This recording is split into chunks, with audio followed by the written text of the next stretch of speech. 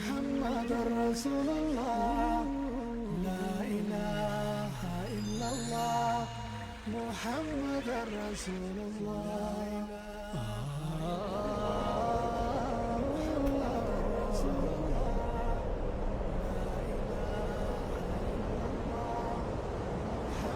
يا ربي يا الله آتي قادرة وان بين دقنه أقبل دين الران وقرسي صغرا إن الله اشترى وان بين دقنه أقبل دين الران وقرسي صغرا إن الله اشترى رب نوها قنو وبلو ما ديني السلام عليكم كل سمراني قرتكو جرم ودد يا دا. الحمد لله والصلاة والسلام على رسول الله وعلى آله ومن والاه وبعد. السلام عليكم ورحمة الله وبركاته.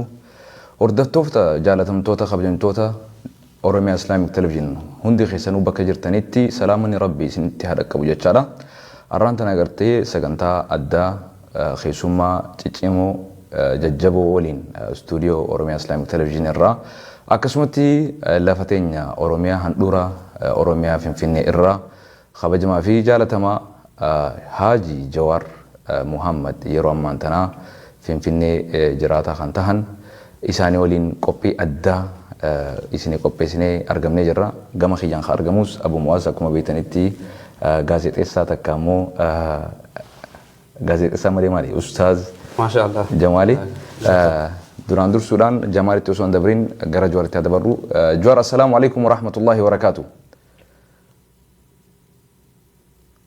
وعليكم السلام الناس لكم فيمامتي قالت وميغا يرو غبابدو تنخيستي يا من سخين اواتي رومي اسلامك تلفزيون رتين ورغمو خيتيف يرو اتي هنقامني را قوساتين وخنو خيتيف ليه دو الفادو قالت ومي ميجور اتي جمال السلام عليكم جيني غسبو سكن تدبر تولي داوتو تخينا غلطوما ان شاء الله تعالى ردي بي ان شاء الله ابو سخينا نمني المنا ما غلطوم فن رب الله غلطوم فتو ابو جوار حاجي جوار gartee seenaa hedduu dalagee galatoomii yeroo garii maqaan kiyyaa fi abbaasaa walii gara anis Jamaal Muhammadin jaan ummataan beeyta innis Jawaar Muhammadin alhamdulillah afaan takka amantii takka saba takka raan godhe galatoomii Jawaar Oromiyaa Islamic Television yeroo duraatiif osoo hin ta'in biyya teenya Oromiyaa irraa yeroo duraatiif qilleensa bareedaa kanarraan argamuudhaaf galatoomii maqaa daawwattoota Oromiyaa Islamic Television sin jenna shama assalaamu alaykum wa rahmatullahi wa barakatuh sin jaa Jawaar. وعليكم السلام كم غاري داوتو تخينيا غار امي اسني قبني دفنيو جراتي واي ويتاوا واي ركو امانتنا ديما جرتو كورونا فيروس خنغرتي تقا في غدا سياسه ابوتي امنتي دكتوروتا ساينتستوتا هي سافي ورغرتي قباتا هونداو توكو سو ادهن قودين بيا قباتو في دباتو بيا غرتي جبدو في لافتو هوندا سو ادهن فلاتين akkasumatti biyya hunda keessatti gartee ummata shororkeessaa jiru dhukkuba koronaa vaayirasii kan ta'e kana COVID-19 waliin wal qabsiisee waa'ee biyya keenya keessattuu Itoophiyaa akkasumatti guutuu gartee Itoophiyaa jechuu dandeenya gara mootummaatiin waan hojjetamaa jiruu fi gara gartee bakka walgahii gurguddaan keessatti gaggeeffamu gara amantiitiin gara gartee hawaasummaatiin gara gartee bitaa gurgurtiidhaan wal qabsiisee mee duraan dursee haalli biyya keenya akkam fakkaata waan jedhu Johaar gaafachuu barbaanna. Johaar gaamee gaafii kana wal qabsiisee yeroo ammaa tana keessatti namni hagam takka dhume biyya keessatti takka dhukkubni COVID-19 kun hagam takka biyya keenya keessatti dhiibbaa godhu jira. Dura saniin jalqabnee eegas booda gaa furmaata atilleen yaadduu fi waan godhamuu qabu si gaafanna jechuudha. Ayyaga hanga ammatti gabaasa gara mootummaa irraa qabnu namni du'e kan himame kan gabaafame hin jiru. Namni qoratamee qabamuusaa mirkanaa'e nama 21 ta'uu ministeerri fayyaa reefuun tana gabaasee jira. Kun gaa namni qabame hangana qofa jechuu hin dandeenyu maaliif qorannaan godhame baay'ee xiqqaadha. Nama 1,000 gadi kan gammaa kan qoratame. Sanummoo namootuma alaa dhufanii fi namoota isaanii wal tuttuqan qofatu qoratame. Qorannaan gahaa hin argamne. Kanaaf lakkoofsi nama qabamee hangana jechuun rakkisaadha jechuudha. Haalli biyyaa waliigalatti torban dabreerraa xiqqoo irra wayyaa namni keenya of yaadachuu fi ifee guutti amma seenu jira. Seriously waa fudhachuu eegalee jira. Amma keessattuu magaalaa Adaamaa namni sadii nama 21 kana keessa namni sadii gara Adaamarraa ta'urraa kan ka'e magaalaa Adaamaa keessa rifannoonnii fi haalli adda addaa uumamuudhaan sochiin magaalaa Adaamaa keessa dhaabatee jira. Gabaasa galgala kanaatiin immoo borurraa kaasee magaalaa Asallaatis sochii geejjibaa ugguraa jirti. Gama lixaatitti magaalaa Mattuutis sochii geejjibaa ugguraa jirti. Magaalaan hedduun tarkaanfii mataa isaanii fudhataa jiran. Maaliif mootummaan federaalaa waan kana seriously fudhatee socho'aa waan hin turiniif akka biyyaatti tarkaanfii fudhachuu hin dandeenye jechuudha. Kanarraa ka'e naannoon Tigraay guyyaa muraasa dura labsii sochiin baadiyyaa gara magaalaa godhamu akka hafu walgeettiin aadaa hawaasummaa amantii nama hedduuf godhamne ka jiru murteessanii turani. Har'ammoo Oromiyaa keessatti magaalonni mataa isaaniitiin labsii dabarsuudhaan sochii geejjibaa baadiyyaarraa gara magaalaa sochii godhamu ugguruutti seenanii jiranii. Kunillee waan xiqqoo abdii nama hannu jechuudha. Gaariidha. Dhageenyee jira gaa naannoo Tigraayitii fi naannoo Amaaraatti akka gartee labsii muddamaa godhamaa jiru. Dhiiroo maaltu maal ta'e naannoo Oromiyaa kanatti namni numa jiraan sahaa namni achi jirus ilmuma namaati. Waan kana wal qabsiisee mootummaan naannoo Oromiyaatu tarkaanfiin inni fudhachaa jiru ta'e isin qoo qabdan jirti. Waliigalatti warri federaalaatis warri Oromiyaatis dhimma kana sirnaan fudhachuu, seriously fudhachuu, hammeenya rakkoo wanti kun uumuu danda'u amananii fudhatanii irratti hojjechuu irratti hedduu duubatti harkifannaa hedduu laafinaa jira. Mootummaan naannoo Oromiyaa walummaa naannoo guutuu waan hin qabaanneef federaalatti hirkachuu guddaa akka qabutti kan hin argaa jiru. Wanni si ajaa'ibu dhukkubni koronaa yeroo duraa akka argame Oromiyaa keessatti kan naannoo beekuu danda'u qaba. Maaliif lammiin biyya Jaappaan sun dhufee kan socho'ee naannoo Oromiyaa keessa hanga dheeraatti Bishooftuu Adaamaatti socho'ee. Kanaaf mootummaan naannoo Oromiyaa tarkaanfii saffisaa fudhachuu qabu. San gochuu dhabuurraa Adaamaa keessatti keeziin ni argame. San boodas sochuma Adaamaa keessaa tarkaanfiin fudhatamee jiru hanga guyyaa har'aatti jechuudha. Kanaaf gama Oromiyaatiin laafina jira. Laafinni gama Oromiyaa jiru kun immoo laafina federaalaa irra jiru. Wanni namni yaadachuu qabu warri federaalaa hanga torban lama duraatitti dhimma kana seriously hin fudhanne. Inumaa'uu qilleensi biyya keenyaatis vaayirasii kanaaf hin ta'u, nyaataa dhugaatiin biyya keenyaatis vaayirasii kana nurraa dhoorga jedhanii haala nama dogongorsiisuutu ture jechuudha. Sababa kanaan dafanii tarkaanfii fudhachuu irratti duubatti harkifatanii dogongoroo biyyoota biraatti raawwatamaa turetu biyya sanattis raawwatame. Maaliif Xaaliyaanis yoo fudhattee warri Ispaanishis yoo fudhattee even warri Ameerikaas bira jirus yeroo silaa Chaayinaan miidhamaa turte sanitti dhukkubni kun nu bira hin gahu nama keenya hin qabu ka warra Chaayinaati jedhanii osoo qoosaniiti dhukkubni dhufee akka ammaa kanatti miidhaa guddaa geessaa jira. Nu irratti illee of eeggannoo dafanii tarkaanfii fudhachuu ammoo miidhaa dhukkubni kun qabu fageessanii fi xiqqeessanii rakkoo akka uumetti argaa jechuudha.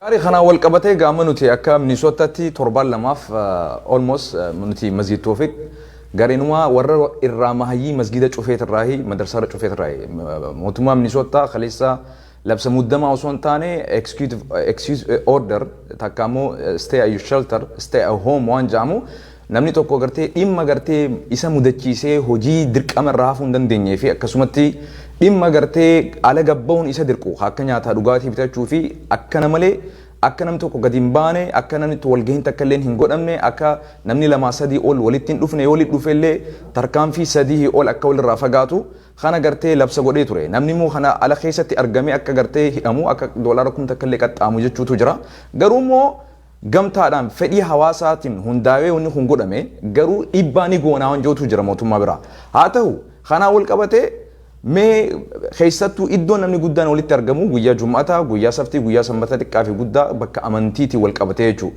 Hooggantoota gartee amantii hundaa'uu raga hundaan jiru ummata keenya baraaruudhaaf tarkaanfii guddaa fudhatamaa jiru hin dhageenyu. Masginni cufamu jechuun hin dhageenye walgahiin muhaadaraan gurguddoon kaansel ta'uu hin dhageenye biyya keessa.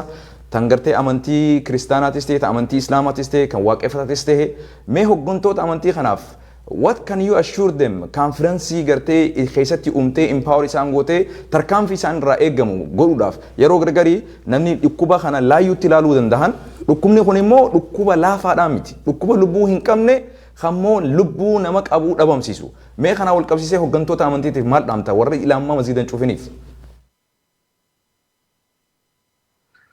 Akkuma reefu jetti dhukkubni kun gaafa Wuhan Chaayinaa keessatti dura argame osoo addunyaan sirriitti hubattee tarkaanfii fudhattee naannoma Chaayinaa waliigalaa dhiisee godinuma san keessaa hubamuu hin danda'u ture. Warri Chaayinaa eega dubbii hubatee booda godina san keessatti ukkaamsuudhaaf hedduu yaalanii garuu yeroo isaan tarkaanfii fudhatanitti duruu bineensi harkaa bahee.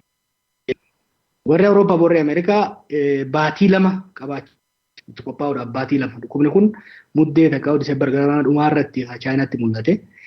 Jaanuwaarii irraa kaasee Jaanuwaarii Feebruwaarii gama dhumaarratti kan Awurooppaa hunkuruu eegale yeroo qabaachaa turan jechuu kana godhuu dhabuudha. Dhukkubni kun akka namuu beekutti bakki namni itti heddummaatu bakka dhukkubni kun laaftuutti itti daddabru jechuudha. Kooriyaa keessatti namni tokko bataskaana keessa seenuudhaan namni hedduun bataskaana sanarraa akka dhukkuba fuudhu ta'ee jira. Maaleeshiyaa keessatti masgiida keessatti bakka namoonni kumaatamaan ta'anitti dhukkubni achirraa ka'e gara jechuudha.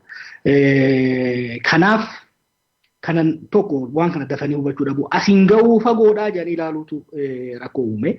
Biyya kanattis rakkoo hooggansaati waan walirraa qabu hin jiru. Hooggansi uummanni hooggansa laala. Hooggansi hin jiru hooggansa siyaasaa hooggansa amantiidhaa laala. Rakkoo kana sirriitti hammeenya isaa sirriitti ol kaasanii ilaaluu dhabuurraa yoo rabbi nu baase malee gaddaafama guddaa waan seenne naf fakkaata. Maaliif hanga har'aatitti namni akka ajaa'ibaatti wal keessa yaa'aa jira. Hanga har'aatitti amma xiqqoo qallataa dhufe malee namni sanbattan lamaanis uummanni kiristaanaa jimmata uummanni musliimaa walitti dhufeeti rabbii isaa kadhachaa jiru. Dhugaa namni keenya akka aadaattis akka amantiittis walitti dhufa. Waliin rabbii isaa kadhata, waliin rabbii isaa galateeffata. Kun waanuma jiru. Garuu dhukkubni kun amantiilee keessattuu isin warri amantii sirriitti ibsuu dandeessanii yeroo dhukkubni akkanaa kun haaraa miti addunyaa sanaaf yeroo dhukkubni akkanaa kun dhufu namni keenya adda fagaatee mana fi taahee dhukkubni namarraa namarratti akka hin dabarre dhukkuba kana fuudhee bakka tokko bakka biraa geessaa jiru nama waan ta'eef namni addaan fagaatee dhukkuba kana akka hin dabarre gochuu irratti sheekonni keenya qeessonni keenya ejjennoo cimaa fudhachuu danda'uu qaban turanii mootummaanis ejjennoo cimaa fudhachuu qaba ture. Kun ta'uu dhabuu isaatirraa hanga torban dabreetitti muhaadaraa adda addaatti godhamaa ture. Hanga torban kanaatitti ayyaana amantii gurguddaa bakka adda addaa godhamaa ture. San qofa osoo hin ta'in uummata keenya sirriitti hubachiisuu dhabuurraa hanga guyyaa har'aatitti gabayaa gurguddaa namni kumaatamaan irratti wal gahuutu biyya sana keessatti gaggeeffamaa ture. Sargi hundaa jira. Guyyaa 3 fuuldura namni tokko naa bilbileeti. Manaan jaarradhe mana naa ABC abalufaa namoonni bebbeekamoo dhufu jiran naan jedhe. Hangana uummata keenya kabaadiyyaa ka fagoo jiru dhiisi magaaluma tanaaf naannuma kanattu eliitorii jennuun odeeffannoodhaaf hedduu kaluu jiru dhukkuba kana hedduu gaffageessanii ilaaluurraa kan ka'e rakkoo guddaa akka uume kan inni shakku kun gaa rakkoo guddaadhaa biyya teenyatti uumuu mala natti fakkaata. Tole obbo Jawaar gaafuma wal fakkaatu kanaan galatoomii yoo gartee biyya keessa jiru tanatti as deebinee akka miidiyaan gurguddaan gabaasanitti addunyaarraa kan effektii ta'e United States jedhanii dabarsanii jiranii mee biyya tanatti waan jedhamu jira social distance jedhanii gartee namni addaan fagaachuu biyya teenya sanittoo gartee mee bifa akkamiin hawaasni gaa irra hedduun geejjiba waan hin qabneef lafa deemaa addaan fagaachuu naannuma Oromiyaa tana keessatti akkam agartanii gara social miidiyaatiinis gaafii waan dhageenyu jira dhukkuba kanaafillee kijiba ta'uu mala dawaan argamtee waan jedhamu akkasumatti illee yaani yeroo hedduu social miidiyaarraa namni information waan argatuuf yaani intarneetiin biyyaatillee rakkiseeti jira. Mee yaani harka qulqulleeffachuu addaan fagaachuu kanarratti hawaasni keenya bifa akkamiin waan kana gartee gara miidiyaa OMN illee barnoota hedduu doktoroonni kannanii jiranii kanoo itti fayyadamaa jira immoo akkamitti hawaasni keenya wal keessa deemaa jira. Torban dabreerraa torban kanatti qowwayyaan fakkaata namni qalbifachuu eegalee jira yoo xiqqaate harka wal fuudhuu dhiisutti jira. Harka dhiqachuus humaan jiru itti jabaachuu jira. Tanama keenyatti hedduu jabaattee adda fagaachuu qaamaan adda fagaachuu social distancing jennuun jireenya hawaasummaa keessatti namni hoggaa tattaa'us hoggaa deddeemus hanga meetira 2 adda fagaachuun gorsii godhansuun hedduu hin taane kun waa lamarraa ta'e na fakkaate waa 3 jechuu dandeenya. Tokko dhukkubni kun dhukkuba fagooti nu bira gangahu biyya teenya seenu barra hanga torban lamaatitti dhukkubni kun nama gurraacha hin qabu. Dhukkubni kun Afrikaa keessatti aduu hin danda'u. Waan akkanaatu haasamu ture jechuudha. Kun namni keenya akka irraanfattu godhee jira. Kan lammaffaa aadaadha. Namni keenya jireenyi isaa dalagaan isaatiis hawaasummaan isaatiis amantiin isaatiis walitti dhiyaatanii walitti dhufuudhaan waliin jiraata. Akka warra Xaaliyaaniiti beektan warri Xaaliyaan amma tokko hedduu miidhame jireenyi isaanii ganamaa galgalli isaanii jireenya hawaasummaa amantiitiis aadaatiis hedduu uummata biyya isinirra jirtan Ameerikaa san daran uummata hedduu walitti dhiyaatu. Nuti immoo warra Xaaliyaan kanarra daran walitti dhiyaanna. Sargiin teenya namni hedduu walitti dhiyaata. Ajaa'iba sitta hanga kalee isaatiitti sargiin godhamu jirti biyya sana keessatti. Taaziyaa irratti nama hedduu dhufa biyya amma isin jirtan sanitti faranjii yoo agartan namni tokko yoo du'e namni beekamaan fedhe yoo du'e namni 100 kun bahu. Asiin namni tokko yoo du'e miskiinummaan tokkollee yoo kaduu taate namni 100 baheeti kaa'u waalu. Jireenyi kuni fi dhukkubni kun immoo jireenya akkasiisantu tolaa fi kanaaf kanarratti namni keenya hedduu hin qalbifannee siyaasliin fudhannee irratti immoo hin dalagamne. Hanga guyyaa kalee isaaf deengaddaatti paartiin biyya bulchu nam kuma tokko aanaa irratti wal geggeessu. Kan biluusis waan amanuu nama rakkisu beekta.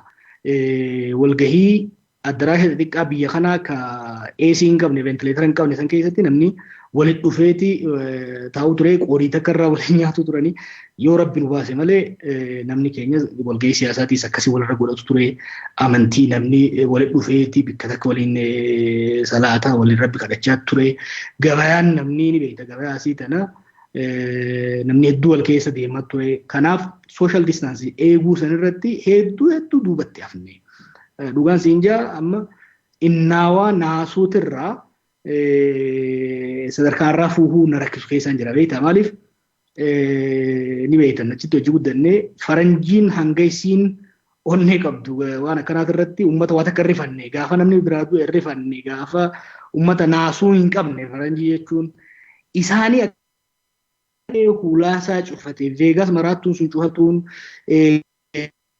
jiddugalli daldalaatii fi turistii sun cufamuun qondaalonni isaanii gurguddaan akka Tiraamp kun manatti hidhamuu kan hoggaa agartu waanuma jabaate ta'uu isaatiin arge jechuudha. Asitti garuu namni waan san sirriitti arguu dhaburraa hoggansa olaanarraa kaasee hanga gadiititti rakkoo tana gadi jabeessanii fardeessanii himuu irratti rakkoo guddaa jira.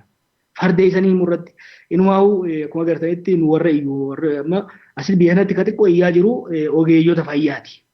Ogeeyyoota fayyaatii fi namoota muraasaatu dubbatu jira. Hoggaa dubbatamu kanatti akkanumaan ol kaaftaniitu ni gootan malee sodaarraa akkan horattan malee biyya sana bandhuuf kun dhukkuba warra adiitii kun dhukkuba manguddootaati waan akkanaa kun namni akkasii taphatu jechuudha. Kanaaf silaa mootummaan torban 3 dabre kana keessatti caasaa gubbaa hanga gadiitti bal'inaan irratti dalaguu danda'uudha qaba ture. Kanaan wal qabatee abbootiin amantaatis abbootiin gadaatis saffisaan irratti dalaguu danda'uudha qaban turani. Wanni dalaguun immoo bifa qindaa'een koordineetiin ta'een dalagaa kana godhuu dhabuutu saaxil waan nu baaseen fakkaata hundaafuu rabbi nu baasu malee. Amiin inshallah rabbi sirraa jaalatu gaa yeroo hedduu namoonni gartee siis qeyroo fi qarreen hedduu si ziyaara yeroo kanatto ziyaaraate gartee yaani visitation warra dhufu kanaanoo mee qeyroo fi qarree biyya keessa jirtuunoo maal jettaan gartee akkasuma gartee biyya teenya gartee manni chaayinaan kun hedduutu jira gartee yaani isaanoo sodaa kana gartee akka nama chaayinaa fi namni keenya gartee bifa akkamiin waliin jiraata sodaa keessa jira immoo mootummaanoo hawaasa kanaaf tasgabbii maal akkam kannaa jira warri siyaasaatoo maal ergaa akkam ergaafii jira. Ziyaaraan amma jirtu ziyaaraan amma booda malee almost torban dabreetiin jira egaa sochii dhaabee nulleen bilisummaa Oromootis koongiresiin federaalaa Oromootis hoggansi waliin mari'annee sochii walitti dhufuu isaa taatu waajjiroonnis akka cufaman walga'iin humaatu akka hin godhamne kan murteessine. Anis gama kiyyaan dhugaman kiyyaas namni dhaabneef jira maaliif akka beektu dippiloomaatota adda addaatiin hogganoota adda addaatiin wal harkaa keessattuu warra at-risk warra jennuun warra biyya alaa deemee dhufaa tureen wal argaa waan hin tureef dhukkubni kun immoo vaayirasiin kun hoggaa si qabee hoggasuma waan sirratti mul'atu miti waan si dhukkubsuu miti waan bowwoo si godhuu miti hanga guyyaa 14 wata akka ofitti hin beekne turuu dandeessaa dhukkubammoo dabarsuu dandeessaa jechuudha. Sababa kanaaf namoonni na bira dhufan akka saaxilamanii hawaasa saaxile jechuudhaan warri naa wal tuttuqaa qabnu ijoolleen wajjin dalaynu ijoolleen securities ijoolleen waliin dalaynu hundumtuu manaa bahuu eega dhaabnee bubbullee jirra jechuudha. Yoo kan baanu taanes of eeggannoo guddaadhaan kan bahaa jiranii. Kana if qofa osoo hin ta'in irra caalatti hawaasa biraa tiisuudhaaf jecha tarkaanfii kana fudhannee jirra. Hooggansi hundumtuu gara kanatti eega ceenee amma bubbullee jirra jechuudha. Egaa gama hafuun gara hooggansiinis amma siirias ta'aa jira maaliifi wanni kunnoo janiin sun kunoo taatee jirti as dhiyaattee jirti nutis dura babal'aa gooneen hanga tokko gura dhukkubsuu waan dandeenyeef fakkaata jiran kan dawaadhaa jaamu wanni akkasii sirrii miti jechuun biyyoonni hedduun kubbaaniyaaleen hedduun dawaa argachuudhaaf yaalaa jiran dawaa gosa lamaati kan yaalamaa jiru. Tokko vaccination takkaa'u kittibaata dhukkubni akka vaayirasicha akka nama hin qabne kan dhorku kan lammaffaa yoo nama qabe kan nama fayyisu barbaadamu jira. Riisarchii godhuun rakkoo hin qabu riisarchiin haa godhamu. Garuu yeroo ammaatitti waan akka namni if dagatu akka namni abdii horatee if hin daganne irratti hojjechuu barbaachisa. Maaliif WHO takkaa'u waldaan fayyaa addunyaatiis haakimoonni keenyaas hundinuu qajachaa jiran isin biraas ogeeyyonni televiziyoona irraa dhufanii dubbatu hundi wanni isin agartaa wanni isaan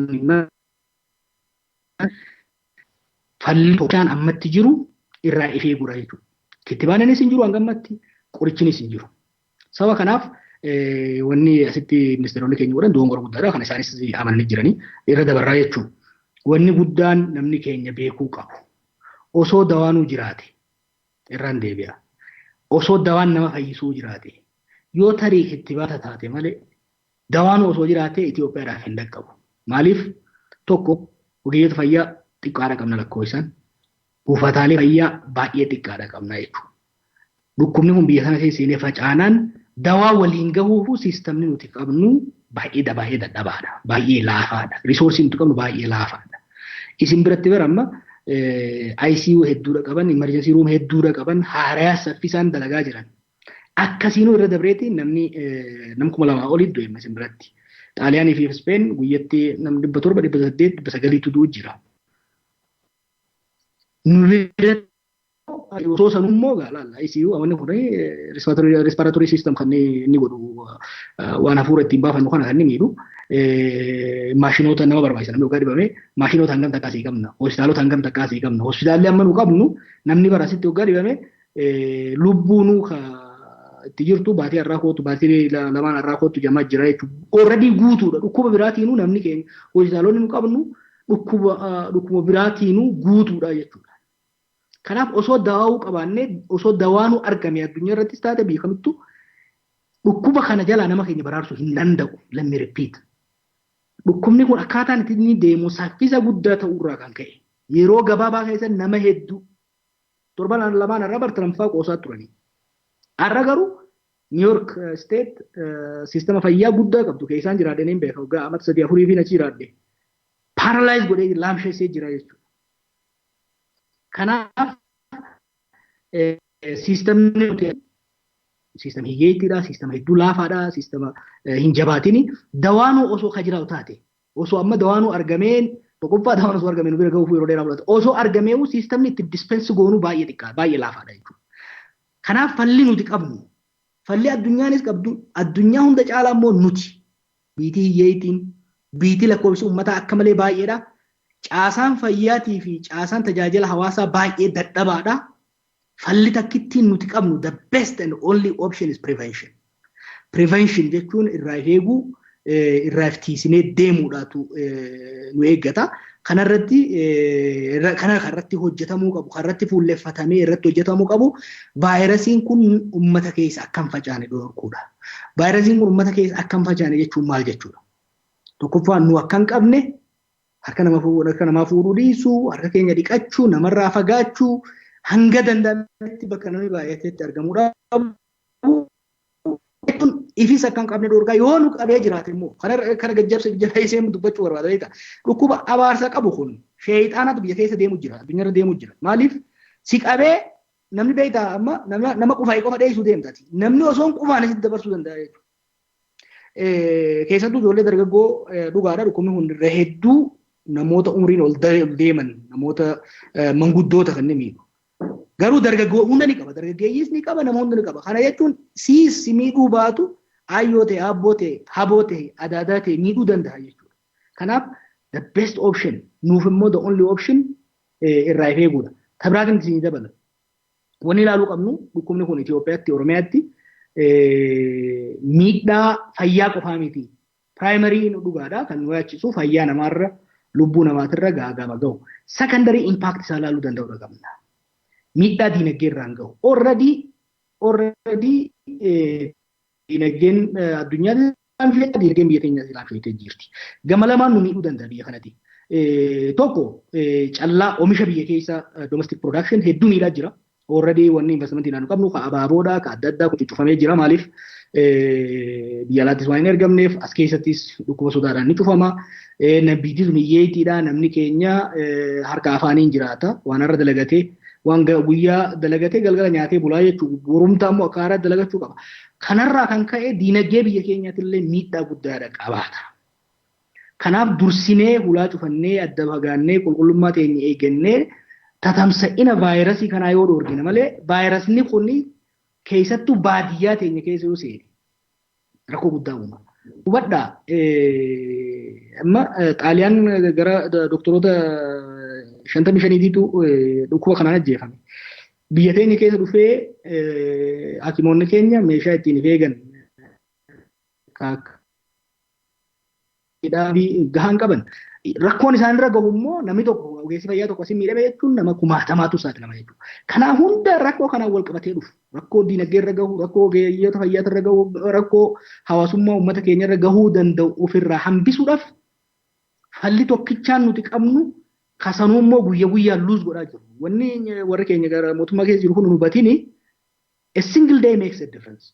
Guyyaa tokko keessatti lakkoofsi nama dhumuu hedduu kan bakka xaaliyaan san akka asiitti ilaaluu danda'uu qabna jechuudha. Dachaadhaan baay'ifni ilaaluu danda'uu qabna. Tarkaanfiin silaa kalee isa fudhatame lubbuu namaa kumaatamaa hambisuu danda'u guyyaa tokko buluu isaatiin lubbuu namoota kumaatamaa gaaga'ama geessuu danda'a jechuudha. Kanarratti hawaasnis mootummaanis seriously saffisaan wal dhaggeeffachaa irratti deemuu barbaachisa. Galatoomii itti aansuudhaan meegaa baadiyyaa maqaa kaastee turte reefu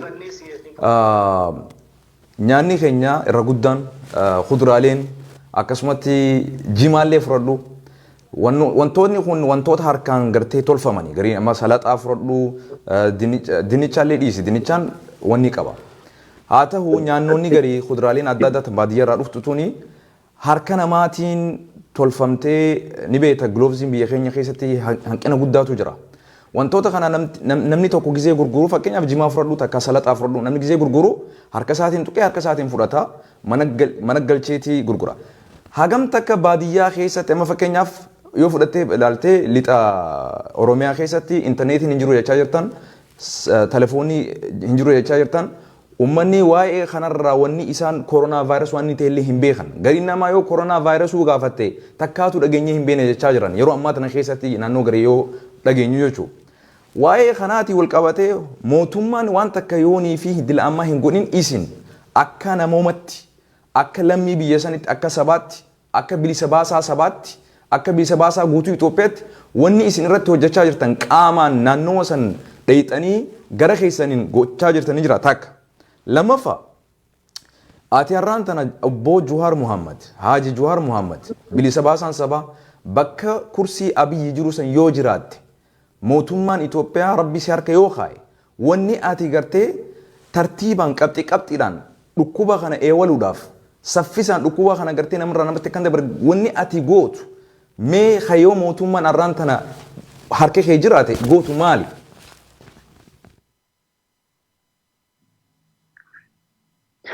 Dhukkuba kana uummata keenya irraa hambisuun dirqama nama hundaati. Irra caalaatti dhugaadhaa kan mootummaati. Wanni nu godhaa jirru maali? dhageetii qabnuun beekumsa qabnuun hubannaan akka dhufu akkuma agartanitti hedduudha kan hin carraaqaa ture akka kiyya qofatti osoo hin ta'in hooggansi hundinis hedduu carraaqaa ture.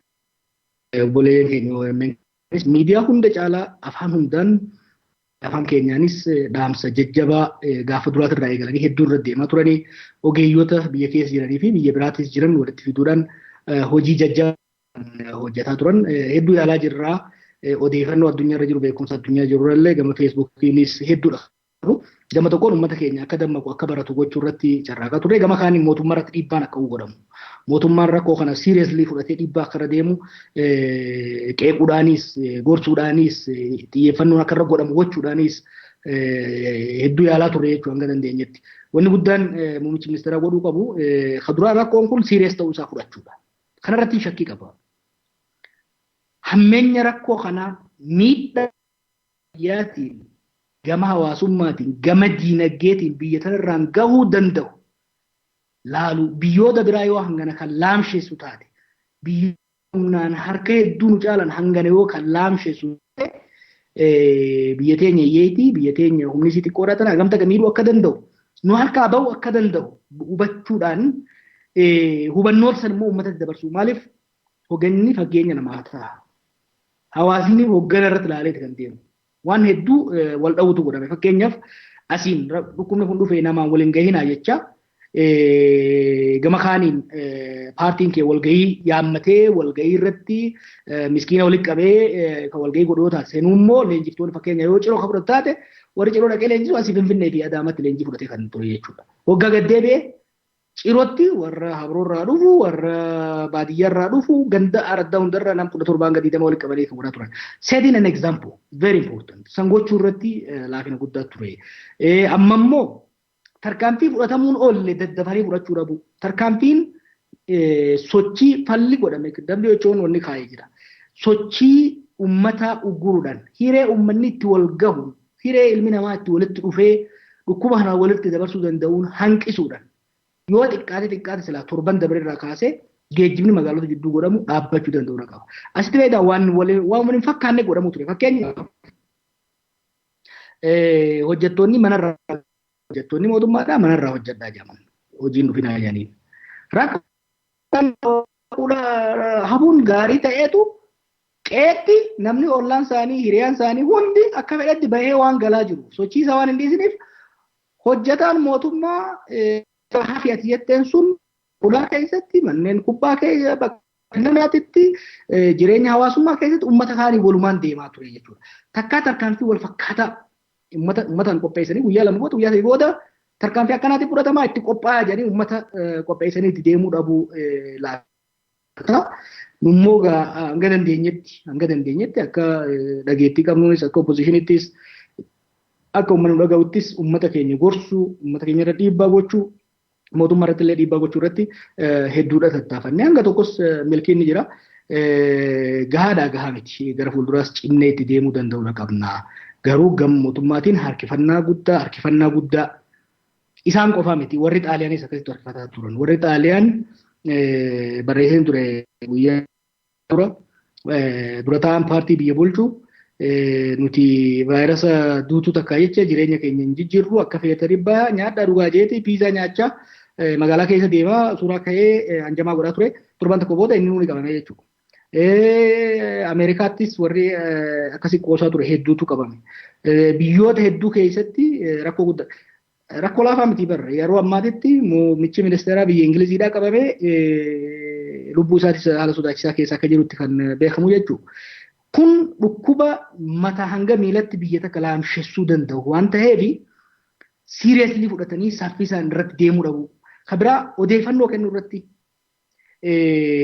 paandemik qofaa miti kun infodeemik waan jedhamutu wajjin deema. Paandemik jechuun dhukkuba daddabaraadha. Paandemik kana kan hammeessu odeeffannoon akkaataan deemu odeeffannoon kijibaa uummata keessa deemuun odeeffannoon dhugaa uummata bira gahuu dhabuun odeeffannoon information market waan jennuun odeeffannoon dhugaadhaa yoo gabaa keessa hin jiraatin gabayaan odeeffannoo waan barbaadu odeeffannoo kijibaa bitatti jechuudha. Kanaaf asitti rakkoolee uumamu daddafanii jala ibsuu dhabuun odeeffannoon kijibaa akka deemu agarrama kaleessa biyya sana keessa waan ajaa'ibaatu deemaa ture. Maal jedhaniin hospitaala maalii keessatti ilmoon takka daa'imni takka dhalattee akkuma dhalatteen shaayii garaa keessanii dhugaa garaa duwwaatti ganama dhugaati sun koronaa nama fayyisa jedhanii namuu kaleessa shaayii gurraatti garaatti dhugaa ture jedhani. Odeeffannoon akkanaa kun kijiba ta'uusaa mirkaneessuu barbaachisaa. Odeeffannoo gahaa jala nama hangamiitiitu qabame nama hangamiitu sakatta'ame kana odeeffannoo jala hamii fi komiin uummata keessa deemtu deebii akka argattu gochuu irratti tarkaanfiin amma caasaan mootummaa tokko fudhatu kan biraa fudhatu bifa wal fakkaatu bifa wal simateen waliin deemsuu irratti centralized centralization system jaaranii ittiin deemuu irratti hedduudha duubatti harkifatame. San biraa'u dabree hamma tokkotti immoo inumaahu ministeeronni tokko fi qondaalonni amma kalee qondaalli tokko maal jaajaan nuti qabsoodhaan as geenye ibiddaan fattaramnee as geenye vaayirasa hanga qufaatu hin geenye takkaaf biyya weerarsu jiran dantaa siyaasaatiif jecha vaayirasa kanaaf harkam kenninu nuti qabsoota hin ta'uuna. Anjamaan akkasiin dalagu abbaa kiyya. Hoggansi hubachuu danda'uu qaba. Kun diizaastar guddaa addunyaa irratti waggaa 100 dura sanii as mul'atintu dhufaa jira. Rakkoo lolli addunyaa lamaanuu hin geesse jaameeti kan sodaatamaa jiru. Diinagdee irratti hawaasummaa irratti kan fidu. Kana hoggansi siirasii fudhatee siirasii ta'uu isaa kana uummatas hubachiisu tarkaanfii kanaan wal madaalu immoo saffisaan fudhatanii hojiitti raawwachiisu barbaachisaa. Uummanninis mootummaa eeguun qabu tarkaanfii mataa isaa fudhachaa gaafa immoo mootummaan tarkaanfii fudhate ajaja mootummaa isaa hubachaa mootummaa tarkaanfii fudhachuu qofa osoo hin ta'in biyyi kun hiyyeessa rakkoo diinagdeedhaa jira rakkoo galiidhaati jira kanaaf hiyyeessi akka hin miidhamne qaamni mootummaa qophaa'ina balaa ittisa balaa hajamu jira isaan nyaataa fi dawaan akka gahu gochuu irratti keessattuu waan kana godhuu danda'u humna poolisaatiif humna waraanaa ta'eef humna waraanaa qalbiin isa qophaa'u ifis akka eeguu qabu maaliif amma Niiwoork reefuun barreessaa ture poolisa 750tu vaayirasii kanaan qabame kanaan rifatee nama 3,000 oliitu manatti hafe jechuudha. Asirratti poolisa keenyaaf humna loltuu jiruuf ogeeyyota fayyaatiif personal protective equipment kan jennuun waan akka maaskiidha waan akka gilaaviidha waan akka saanitaayizaraa kan qopheessanii ammumaan tamsaasuun barbaachisaadha jechuudha.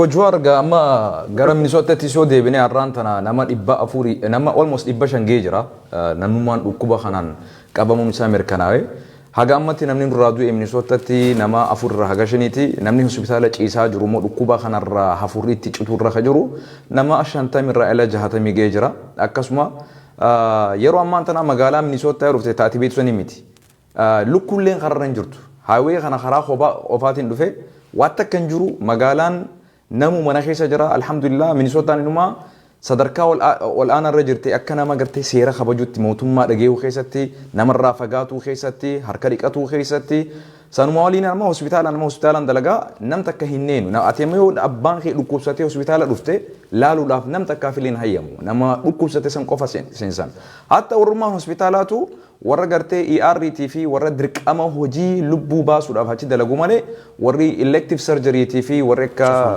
garabiraama obleesii kiyyaama hospitaala hojjetaa inni illee hojii dhaabee taa'u jira fakkeenyaaf nuti akka warra akka security dirqama achi gartee lubbuu namaa baasuuf achi jiru yoo ta'e malee kanaafuu gaa tarkaanfii akkanaa akka biyya keessatti fudhatamu abdii qabna akkasuma qeeqa tokko jira Juwaar akka nam tokkotti hedduu siraa gammanna maaliif waa'ee siyaasaa maddiitti dhaabdee yeroo ammaa tana keessatti hawaasa kee baraaruudhaaf dhibbatti full attention waa'ee fayyaa ummataa keenya irratti hundooytee barruunis sagaleeniis kanarratti hojjechaa jirta. Kanumaanuu wal qabsiisee hinaaftuun garii fi takkaamoo warri dhugaan hubatuu dadhabee gaabeeta maal jaan alhaasidu laa yaflax walaa yanjah jaan namni gartee waanyuu heddummaatu hin milkaa'us hin gammadus jaan. Kanaan wal qabsiisa gaa Juwaar siyaasaa isaa gabbisuudhaaf warra jiru jira olola san keessa leeseen barbaanu akka nama tokkotti immoo galatoomis hin jenna gara amantiitiinis yoo fudhanne ilaalle Makkaan qiblaan nuti itti garagallee yeroo 5 itti salaannu haramni guddaan sun kan mindaan isaa achitti salaatuudhaaf mindaan isaa ajiriin 100 ol achi salaatuudhaaf itti argatu cufamee jira yeroo ammaa keessatti jum'aan ittiin salaatamu salaanni jamaa gartee haga gartee warroota naannoo san jiru barbaachisaa ta'e malee. Kanaafuu abbootiin amantiitis keessattuu karaa islaamaatiin please hoggansa jechuun yeroo hadhaatis yeroo mi'ootus yeroo nagayaatis yeroo balaatis yeroo hundaahu nama dura buutee tarkaanfii ejjennoo osoo namni si jibbuu yeroo gargarii fudhachuu qabdutu jira. Kanaan wal qabsiisee ati waa'ee OMN irratti dheengadda kaastee jira. Mee kanaan cimsitee please ammallee dubbiin tun dubbii amma fakkeenyaaf nuti masgida waan cufneef jira. Namni tokko gizee masgida dhufu hulaa ifiif banatee seena. Ifiif dhiiba. Namni kun dhukkubsataa ta'uu fi dhukkubsataa ta'uusaa hin beenu. Hulaa gizee dhiibuu achirratti gartee ashaaraan dhiisee deemuu jira jechuudha. Namni duwwaa dhufee hulaa san dhiiba. Kunis fudhatee deema. Bakka sujuudaa san dhufa. Bakka sujuudaa san hafuura buusa achitti. Yeroo achi ka'u sujuuda sanirraa namni dhukkuba kana fudhatee galuu mala. Wal dhufee wal ziyaara. Aboo amma nama gartee nutti aaruu jira. Aboo ati hayi maal sodaata rabbii jira subhaanahu wa ta'ala. Tawakkulaa jira. Rabbiin waan je'e malee naman tuqu. Rabbiin maal jaa quraana keessatti? Rabbiin subhaanahu wa ta'ala if eegaa isiniin agaja. Walaa tulquu bi'eediikum ila taaluka. Harka keessaniin halaaka rakkoo keessa if hin buusinaa jaa rabbiin. Kanumaan asumaan daawwattoota keenyaaf ibsuu barbaanna. Gara amantiitiin ergamaan rabbi salawaatullahi rabbi isaan qullubbii namni nyaattan masgida dhuftanii salaatinaa jechuu jira. Kana jechuun maal jechuu?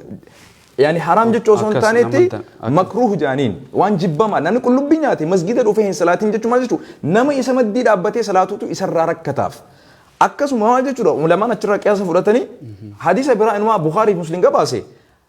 Gaalli tokko yoo dhukkuba qabaate gaala fayyaa qabu keessaa hin makaminii jechuutu jira jechuudha.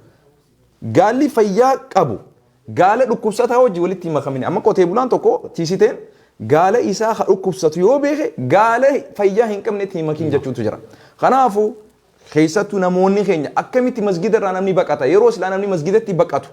Yaa akhi qadara rabbiirraa murtii rabbiirraa rabbumatti baqatan dhugaa garuu moo rabbiin subhaanahu wa ta'ala waa hunda dura fayyaa teenya durse jireenya namaa durse rasuulli sallallahu alaihi wasallam maal osoo kaabaan tun diigamte irra wayee lubbuun nama tokko bahurra jira rasuulli sallallahu alaihi rabbii biratti lubbuun sadarkaa isin qabdurra kaabaan nuti itti garagallee salaannu tun osoo isin diigamteetu rabbii biratti lubbuu namaa eewaluudhaaf lubbuun nama bahurra kaabaan sun diigamu turra wayyaa آية قرآن خيسته فمن أحيا مال جرى قرته يعني مال ربي سبحانه وتعالى يعني ومن أحيا فكأنما أحيا الناس جميعا نمت قصيف قولوا لبوتك جرات جزلا خنافو الدو قالت وميات اللين أورميا نتورك ميديان ها ألفات وها قالت ومو اتفوفي أما اللي نما هدوتو سببا قرتاتي وبريستون وفتاستون لقيها جرا ميخنا والكبسي سيتي جمال عمرتي غافيك أو سيغافته cimsitee hoggantootaaf please waan naadhaamtu jiraate keessattuu namoota keenya kan baadiyyaa keessa jiran kan information takka illee hin qabne please warri biyyaa maal godhuu qaba hoggayyuu mootummaa qofa eeggachuus osoo hin taane maal godhuu akka qabnu gama keenyaan gara kanaan an gaafii kiyya fixadhaa yoo Jamaal gaafii qabaate. Asumara wali qabee anu deebisu obbo Jawaar baay'ee galatoomii umrii dheeraadhu waan hundi fayyaa hojii tolti beektaa beekumsinis fayyaa hojii tora qabeenyinis fayyaa hojii tora ibaadaaleen akkasuma tolti galatoomii hawaasa kanaaf umrii kuma dheeraadhu jiraadhu imaan irratti fayyaara jiraadhu sija mee yeroo hedduudha gartee gaafa as jirtullee gartee waa'ee neetworkii Itoophiyaa kana dubbachaa jirta gariin gartee qondaalonni mootummaa akka jiru gariin wanti intarneetiin akka bareeda jira jaa biyyoota ollaa keenyaa yoo laaltee internet isaanii bareeda information hedduu argatan mee yeroo hedduu mootummaan gartee naannoo tokko yoo dha'us internetii fi tirkallee dhaamsaa jireetan yeroo hedduu barreeffamaan nu argisiisaa turte internetiin akkam fakkaata gartee yeroo haala amma keessa jirru kanaanoo internetii mootummaan maal godhaa jira sanirratti inshallah ta'ala gaafii kana nu deebiste baay'ee galatoomi sin jenna inshallah. Ayyata internet irraa hoggan eegale yeroo ammaatitti shawaalliidha. Aanonni irra jireessi as burraayyuu irraa kaase amma asoosaatitti shawaan lixaa wallagga afran akkasumas shawaa kibba lixaa kan jennuun as sabbata irraa kaasee hanga waliisoo gama naannoo kibbaatti godina Gujii aanaalee hedduu keessatti intarneetiin jiru. Sababni isaan dhiyeessan wallola naannoo san keessa jiru hanqisuudhaaf jedhanii dhimma san waliin beekuuf ammatti keessa deemullee dubbatu. It has no operational value. Internet lola achi irratti watak dhiibbaa tokko hin qabu. Waraanni achi lolaa jiru reediyoodhaan kan fayyadamu lachuu internetiin uummata miidhuu malee bu'aa biraa hin qabu. Diinummaadhaatu uummata Oromoo irratti godhamu jira. Amma koronaa irratti waan fuulleeffanneef siyaasa keessa deemuun barbaadu waan nama qaanyeessu dhugaa rabbii wayyaaneenuu akka noora kanan gootu. Darguun bineensi nama nyaatu osoo jiraate waan amma jarri kun godhaa jiran hin godhan. Ollaa teenya Keeniyaatti ispiidii intarneetii dabalan. Afrikaa kibbaatii fi biyyoonnummaan akka Botswaanaa kunu intarneetii yeroo ammaatti biyyoota hedduu keessatti kafaluu yoo keessatti dabtusaa sirraan kutaa jechuudha dhukkubni hundumaa. Ammaatti intarneetii uummata keenya irraa kutuun diinummaa oliiti. It makes me emotional. Keessattuu nama Oromootiin kuni nama Oromoota irratti godhamuun isin baarasin shame. Bakka isaanii bu'eetiin qaanfadhaati jechuudha. Maaliif namoota nama tokko beekaa turee fi itti dhiyaachaa ture waan ta'eef nin qaanya. I'm ashamed of having known them. Qaanyiidha jechuudha. Wanni isaan godhaa jiran if jibbuu nama biraa jibban osoo hin taane if jibbuu qaama fi jibba qofaatu kan explain godha. Jibbaa fi doofummaa qofatu kan explain gochuu danda'a jechuudha. Yeroo kana keessatti dhaabbileen qabsoo Oromoo jibbaniihu, dhaabbileen qabsoo Oromoo faallaa dhaabbataniihu ejjennoo akkanaa fudhatanii hin jiran jechuudha. It's hatred, pure hatred and stupidity. Wanni kana ibsuu danda'u tokko hin jiru jechuudha. It's shameful, it's ignorance, arrogance. Doofummaa wallaalaa fi of tuulummaadhaan wal qabatee jibbaan wal qabateetu kana godhaa jira. Haasa'uuf illee nama qaanyeessa. Garuu waa miti uummanni Oromoo ni dhuma. Irruma dabarraa jechuudha. No big deal irruma dabarra. Kanaas irruma dabarra. Akka isaan yaadanitti miti.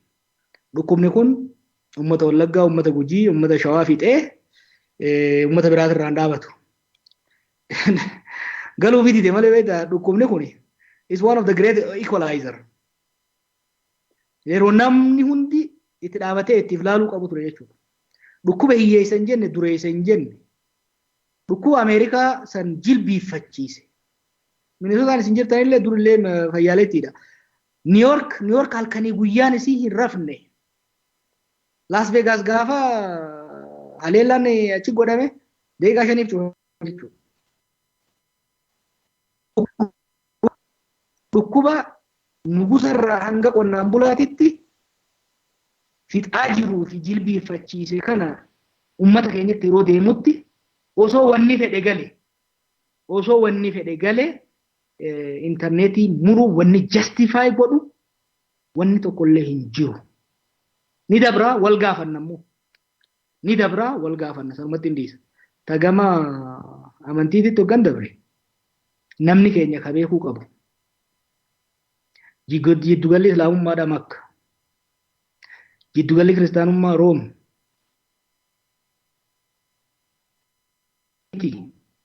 Har'a Makka cufaadha. Har'a Vaatikaan cufaadha. Sa'a 24 ni beektanii dhaqee argee bakka lachuu dhaqee ni beeka. Sa'a 24 kan namni keessa yaa'u sun addunyaarraa namni itti wal yaa'u sun jiddugaleessi amantiilee gurguddoo addunyaa yeroo cufame kana keessatti nuqeen keenya keessatti masgiidaa fi bataskaana hin cufnu jechuun sirrii natti hin fakkaatu jechuudha. An akka kiyyatti biyya kana keessatti har'a masgiinninis bataskaaninis banaa ta'uun jiruu ummataati irratti murteessuudha. Niin jaarra deebi'ee maaliif torban dabre kana keessa sheekonni keenya qeesonni keenya tarkaanfii ni fudhatanii kanaafuu nuti warri siyaasaa masmara keenya achi dabruu hin qabnu. Sababa ja'uun moggaa deemaa turre. Yeroo kana keessatti muhaadaraa geessuun jum'arratti uummata guddaa walitti qabanii salaatuun tallamaan uummata guddaa walitti qabanii tajaajiluun by the way narra beekamaatiiti yeroo duraatiifi miti pandemics jennuun dhukkubni murruqiin akkanaa kun biyya kana keessatti dhukkubni ture waggaa 100 dura dhukkuba akkanaati ture. Dhukkubni durdura amata 1000 durallee dhufaa ture. Amantiilee kana keessa wanni akkanaa kun barreeffamee taa'aa jira jechuudha. Kanaaf laal sodaa miti beeytanii fakkeenyaaf maal isin jedheefu namni mana kana akkan seenne anis akka asiin baane hoggaa murteessinu sodaa miti yookiin immoo naqabaaf qofaafii miti. Yoon tarii qabamee jiraadhe nama biraatiitti dabarsuu dhabaafi. Masgiida hin dhaqinaa, masgiidatti walitti hin dhufinaa, bataskaanatti walitti hin dhufinaa hoggaa jennu sodaadhaa jechuu miti. Ifiif lubbuu ifii teessaniitiif sodaadhaa osoo hin ta'in aalii keessaniif, obboleessa keessaniif, obboleettii teessaniif sheeka keessaniif qeesii keessaniif luba keessaniif nahaa jechuudha maaliifi potentially dhukkuba fuutee dhayitaa akkuma tiree jettetti hoggaa hulaa bantu hoggaa kophee baafattu bikka teessurraa bikka qabattu hundarraa vaayirasii kana dhiiftee deemtaa jechuudha. Reefu jeetiin jira bara. Bikka takkarraa namni 1,000 namni 100 kan qabatamaa jiru kanarraa jechuudha. Kanaaf rabbii jaatii sheekonni keenyaas qeesonni keenyaas luboonni keenyaas manguddoonni keenyaas waan kanaan torban kanarraa kaasee borumarraa kaasee namni keenya tokkoffaa namni keenya qe'ee fiitii mana fiitii rabbii isaa akka kadhatu. Lammaffaa masgiida bataskaana hin baninaa haa ta'u ni dabra. Rabbi fidee rabbi nurra dabarsa. Hanga dabarsu obsanii bikka jiranii rabbii fi kadhachuudha barbaachisa. San irratti fuulleffachuudha barbaachisa. Warri hundumtuu warri miidiyaa irra jirtanis keessattuu warri amantii keessa beektan. Rakkannaani malee warri akka kiyyaa kana keessa seenuu nu mammalle. Maaliif masmara adda addaati. Garuu wanni bataskaana keessatti wanni masgiida keessatti uumamu achii gadi ba'eeti hawaasa hunda miidhaa godhuu danda'a jechuudha. Kanaaf bataskaanaa fi masgiida qofaa miti. Sargiis hin dhaqina. Namni keenya dhukkuba kana sirriitti hubataa hin jiru. Bar namni awwaalamutti hin jiru. Nama lamaan nama afuriin ka awwaalan sun hafeeti amma reeffi nama gubachuudhaaf deema bar. Namni mana kee keessatti yoo du'e awwaallachuu hin dandeessu bar. Hayyoon ta'e abboon kee yoo du'e awwaallachuu hin dandeessu. Dhukkuba hamaa dhukkuba addunyaan sun agartee hin beekne hamaatu dhufe. Boru sanitti fiduu wayyamoo har'a ifee bunuu wayyan. Kana namni keenya serious fudhachuu danda'uu qaba. This is a serious problem. Anamma biyya rafuu danda'u siin jaabar. Ummata akkana baay'atee jiru. Kan mana tokko keessa namni 20-30 mana xiqqaa keessa galaa jiru. Tokko qabamnaan hundi ka waliin qabamuu danda'u. Maaliif ulaa fi banna? Hiree qabnu tanaan adda fagaannee manuma ibaadaa fi godhatee namuu yoo waan kana jala dabarre nu wayyaa. Kanarratti sheekonni keenya, abboonni keenya, hayyoonni keenya hundumtuu wal gorsaa, waliin lolaa, fagaadhaa walirraa turaati ni dabra wanni kun yoo rabbi jee yeroo gabaabaa keessatti gaafa san immoo shukrii galfata namni walitti deebi'ee hangasitti adda fagaachuudhaaf barbaachisan jedha. Gaafiin duraan fixeen jee garuu wahiin na keessa dhufe akka siyaasattis akka amantiittis akka namoomattis mee koronaa vaayirasii maal si barsiise maal irraa fudhatta maal irraa baratte akka nama tokkotti what is your reaction maali dhaamsi koronaan dhufeen kun akka biyya adda addattis ta'e akka biyya qabaattuu fi dhabaattuuttis ta'e akka namattis ta'e akka abbaa siyaasattis ta'e garuma hundaanuu akka nama tokkotti akka dhuunfatti maal irraa baratte koronaa vaayirasii kanarraa?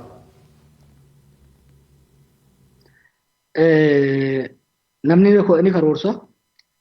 Karoora san garuu kan biita baasu murtii rabbi akka taate kan hin argu. Maaliif karoorfamee ture baatuma sadi dura turre jechuudha. Biyyoonnis namoonnis paartileenis kubbaaniyyaanis karoora adda addaa qabanii karoorri sun hundi zeeroodhaan baay'ate jechuudha. Tokko kana. Lammaffaa addunyaan tun globalizationin dhugumatti kunis chaayinaan hedduu fagoo. Chaayinaa ganda tokko keessaa tarii nama tokko keessaa dhukkubni ka'e baatii 3 keessatti ganda keenya dhumuu ga'u jira jechuu beek. Wanni chaayinaa ganda xiqqaa san keessaa dhufe Minnesotaatti manatti isin wal isin deebisee jira jechuu. Ammas wanni wintarri dhumuu jira spring dabru jirtanii yeroo itti gadi baatanii silaa shaashaa jettanitti manatti isin deebisee deemaa jira jechuu. Kana hedduu reflect akka godhuu qabnu. Keessattuu nu warri geetii qabnu kan aangoo qabu yeroo itti taa'ee qabu. Dhugaadhaaf dhaabbachuun eegaa jira addunyaa kanarra kaamatti 10-30 dikteetara ta'ee jiraachuu barbaadu. Meeqaa jira ka qabeenya qaburratti daran saamee duroomuu barbaadu. Kan hundi jalaa dhabamuunsaa wanni si garsiisu hanga danda'amnetti rusanitti dhugaa hojjechuu, dhugaa dubbachuu, ummata bira dhaabbachuu, dhugaa ummataaf kaayyoo ummataa bira dhaabbachuu ergaa guddaa qabana fakkaate keessattuu hoggansa Oromoo ta'atiif. Ummata miskiina kana karoorroo amat meeqaa keessa dabree xiqqoo ba'eef kan ammallee roorroo ilmaan isaa jalaatitti deebisuudhaaf wanni godhamu tabiraa yoo ka wallaallu taate yoo eemanaa yoo faabboo arguu kan nama dhibu taate at least wanni amma ta'u kun nama akka barsiisuu fi namuu gara qalbii isaatiitti deebi'ee ibsirreessee akka deemu kan ammoo haalli ittiin eegalluun rakkoo amma dhufe kana jalaa ummata keenya biyya teenya baraarree tarii who knows it might be an opportunity a sign namni keenya akka waliin taahee maaltu beeka warra nu nama meeqaatu waan kanarraa hafuu danda'a we don't really know it's fragile life is fragile jechuudha kanaaf hanga jirru sanitti qalbii hanga qabnuun wal dhaggeeffannee ummata kanaafis tajaajillee ammaaf dhukkuba kanarraa hambifnee san booda immoo probably teenyee reflect akka goonu amma beektaa reefu hayyuu keenya tokko wajjin haasaa ture bilbilee hiree argadhee naan jee taa'ee dubbisuu fi dubbachuuf illee hireen argadhee naan jee eega dhufa gara tokko lakkaan namuu wal ga'umatti cehaa amma garuu namuu mana taa'uun kun waa dubbisuu qaasanne waliin akka dubbannu ifitti akka dubbannu reflect akka goonu hiree nuu kennaa jira jechuudha.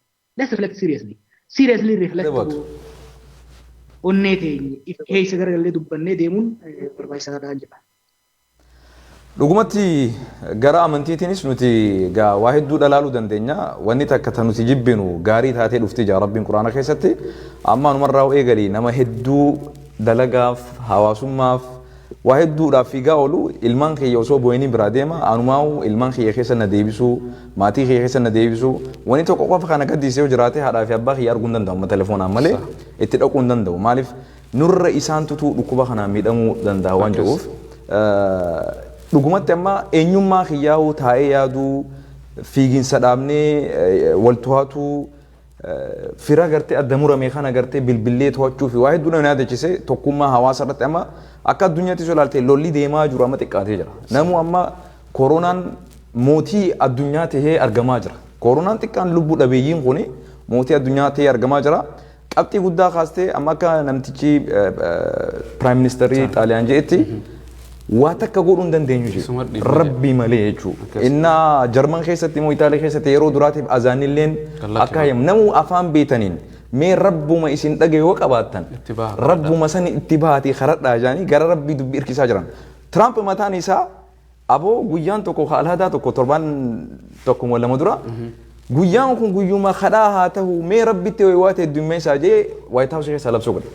Kanaafuu addunyaan guutuun hundinuu rabbii malee wanni nu baasu hin jiru.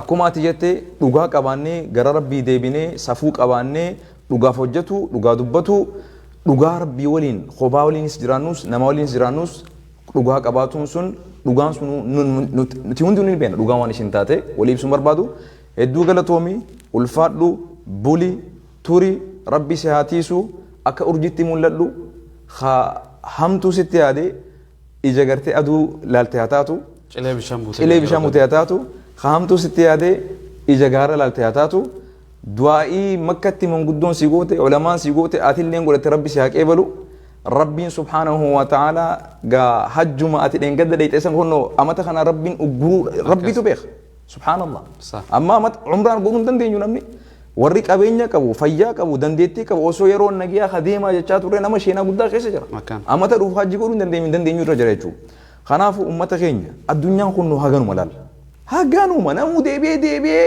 mana satti deebi'ee yaa Allah jechuutti seene yaa Rabbi jechuu seene kanaafuu gara Rabbi hadeemnu Ramadaanis dhufaa jira mee dhaamsi jabaan ati qabdu yoo jiraate wanni si keessatti hafte yoo jiraate